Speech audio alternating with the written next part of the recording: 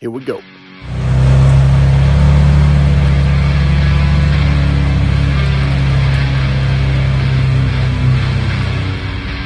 out the turn radius on this thing, which is pretty impressive for the size of the machine.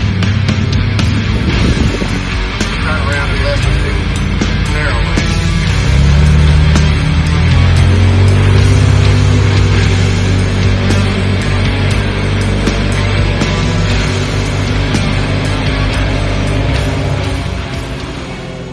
What's up, y'all? All right, so you read the title. You know what the video's about already, so there ain't no need in jabbering on. Let's just jump right in. So I'm kind of doing a review today on these System 3 XT370 tires that came on this Can-Am. Not just a tire review, I guess an overall review of the bike is kind of what we're doing. But anyway, they just impressed me.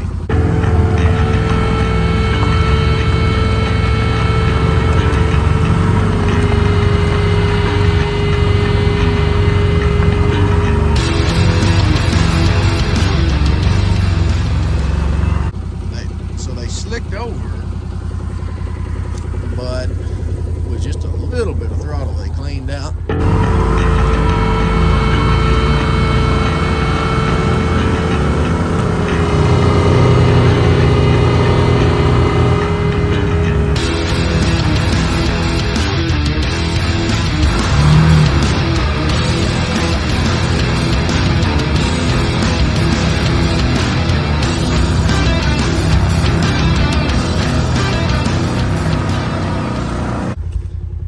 We got about 2.5 inches of rain yesterday, and I don't know if you can tell it, but this is a steep incline, and I had just run a plot disc over this to fill in some ruts.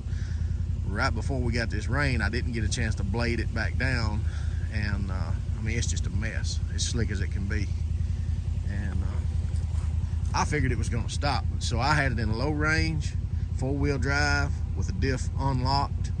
I never locked the diff. And it crawled right up through there. So that was kind of impressive. I've been thinking about bigger tires, which they look bigger now. I've been thinking about bigger tires and whatever, but maybe there's no need for that. All right, so I was just gonna go over a few things. Just like it said in the title, the 100-mile review on the Defender HD-10. I've added a few things. Added the front bumper. Like I said, I think I said in the other video, I knew I was gonna total the front end of this thing out without that on there. So we added the front bumper. I think y'all saw the back glass. Added this rack up here with a winch for loading the deer, or, you know, whatever we need to load in the back. So it's handy. That's mostly for the wife and kids, but somebody on Facebook was asking me about how that winch set with the top, and I had said I thought it was pretty level, and it may be even a touch lower than those humps in the roof, so it definitely don't stick up. So on the inside, which it is disgusting, but I actually saw one of these deals here. I was searching for ways to carry the gun on here, and it was like $170. But I went and found a piece of aluminum square tubing and a old gun rack there that I had, and just made me one to go to the bottom of that center seat. I added this cup holder and storage. Cannot remember where I got that from, but I will. I'll check. I've added the rearview mirror. The golf cart heater. It comes in pretty handy. Let's see, what else? I guess that's all we've added. So now let's get into what I found likes and dislikes. Overall, I love the bike. Overall, it seems like it's going to be a really good machine. Couple of things. So the bike is brand new. Pretty much, like I said, it's got 100 miles on it. Since the day I brought it home, for whatever reason, it's like it hesitates when it's turning over. I don't know if it's got a bad battery on it, or if it's a compression deal or what, but it don't seem to do it cold.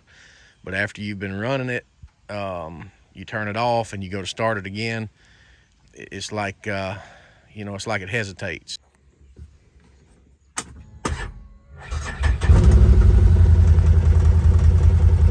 It's like the starter.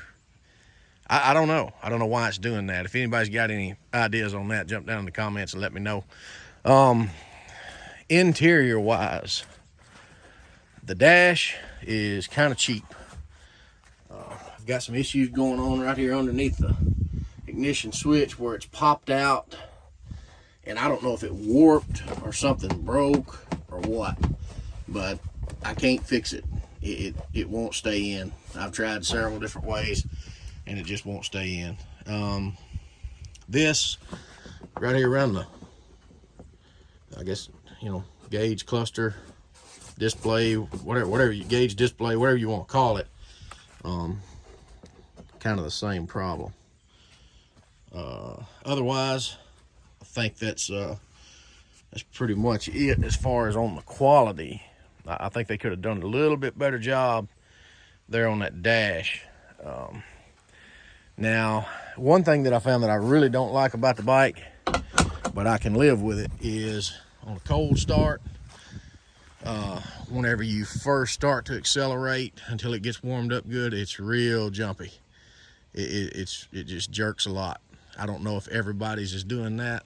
Maybe y'all get in the comments and let me know that too, but this one does it pretty bad. So it reminds me of Arctic Cat Prowler that I had when they first really got popular. I bought one of them and I hated that about that thing. The clutch was real jumpy, and but it done it even when it warmed up. Now this machine, once it warms up, it don't do it anymore. So it's not gonna be a deal breaker. I like it good well enough that I won't be getting rid of it for that. Other than that, and overall impressions, I love it. Man, it rides great with those 30-inch tires. I'm impressed by it. So overall, I love it. Seems like it's gonna work really well. The only thing I'm waiting on now is the top halves for these doors, and that should be about it. That's probably about all I'm gonna do to it. Like I said, I was thinking about maybe going with a lift and some bigger tires, but yeah, I don't know. I don't want to lose my ride. Those 30s, that's a pretty good sized tire, and so far everywhere I've tried to go, I have no trouble most of the time two-wheel drive. She's hardly ever seen four-wheel drive yet. So we may leave it like it is and not be begging for something to tear up. But anyway, that's kind of where I stand on it. A couple little things that I've done to it, a couple things that I don't like about it, but overall, I love it. I think I'm going to be really happy with it. Really happy. I've been working on the hunting videos. I've actually been using it for that some too. Should have a pretty decent video coming out soon. But anyway, that's going to be about all for this one. Hey, I appreciate y'all for watching. Don't forget to subscribe to the channel. Don't forget to hit that like button, and we'll see you in the next one.